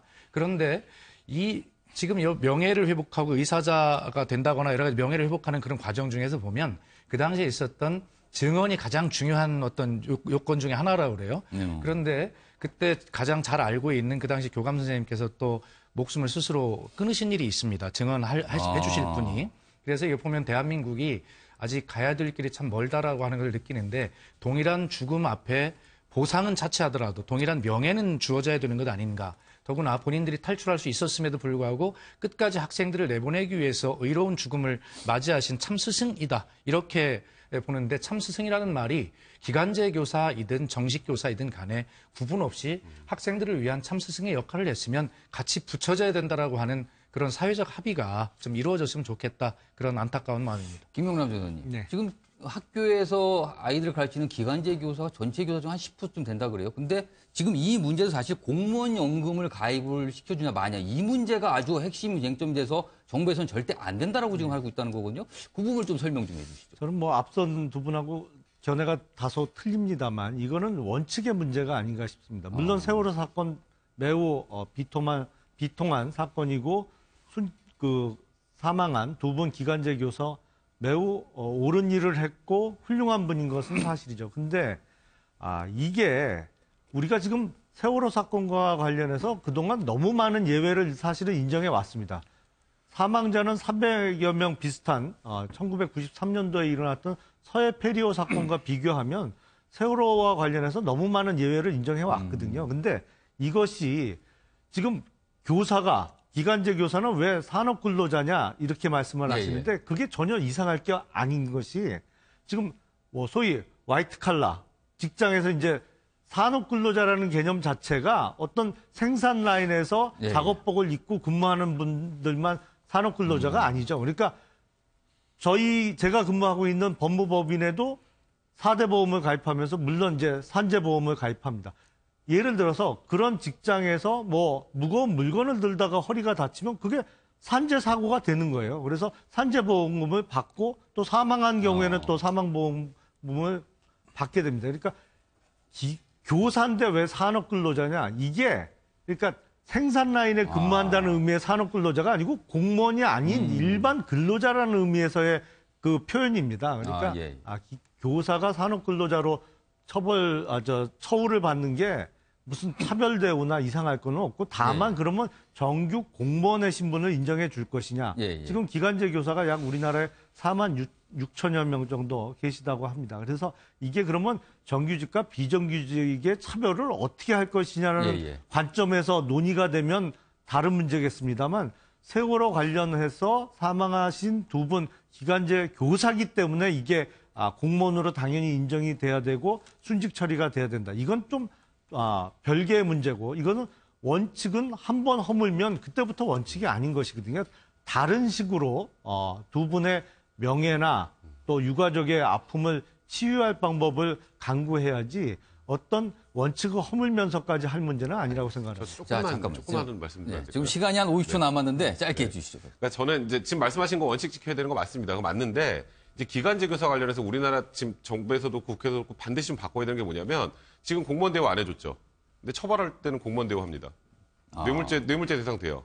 공무원으로 의지해서 처벌해요. 처벌은 김영란법 대상도 됩니다. 이게 맞나요? 대접은 이게 사회적 형평에 맞느냐? 이 부분을 한번 꼭 생각해봐야 될 것 같아요. 박수영 자 짧게 한 2초 남았는데 어떻게 해결해야 됩니까? 이런 거는 이거요. 양쪽 얘기 다 일리 있어요. 근데 순직 처리가 안 됐다? 아닙니다. 순직 처리는 됐습니다. 다만 순직이 되면서 공무원으로 인정이 되느냐 안 되느냐. 공무원으로 돼서 순직이 안 됐다는 거죠. 그래서 지금 저는 이 부분 해결할 수 있는 방법 다른 4만 7천여 기간제 교사들의 문제도 같이 걸리거든요. 특별법으로 푸는 것이 저는 가장 낫다고 생각합니다. 일반화시킬 수가 없는 문제죠. 알겠습니다.